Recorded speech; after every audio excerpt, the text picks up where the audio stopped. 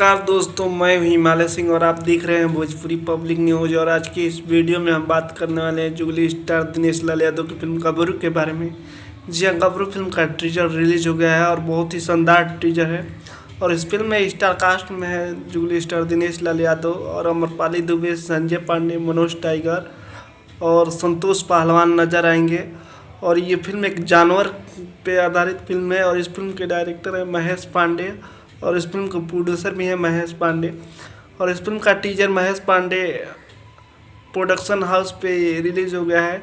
अभी तक इस फिल्म के टीजर को नहीं देखे हैं तो जाकर देख सकते हैं। बहुत ही शानदार टीजर है और एक मतलब जानवर पे आधारित फिल्म है। और इसमें दिनेश लाल यादव का रोल बहुत टॉप है और अमरपाली दुबे गाँव के रहते हैं। और इसमें दिनेश लाल यादव एक जानवर की रक्षा करते नजर आएंगे।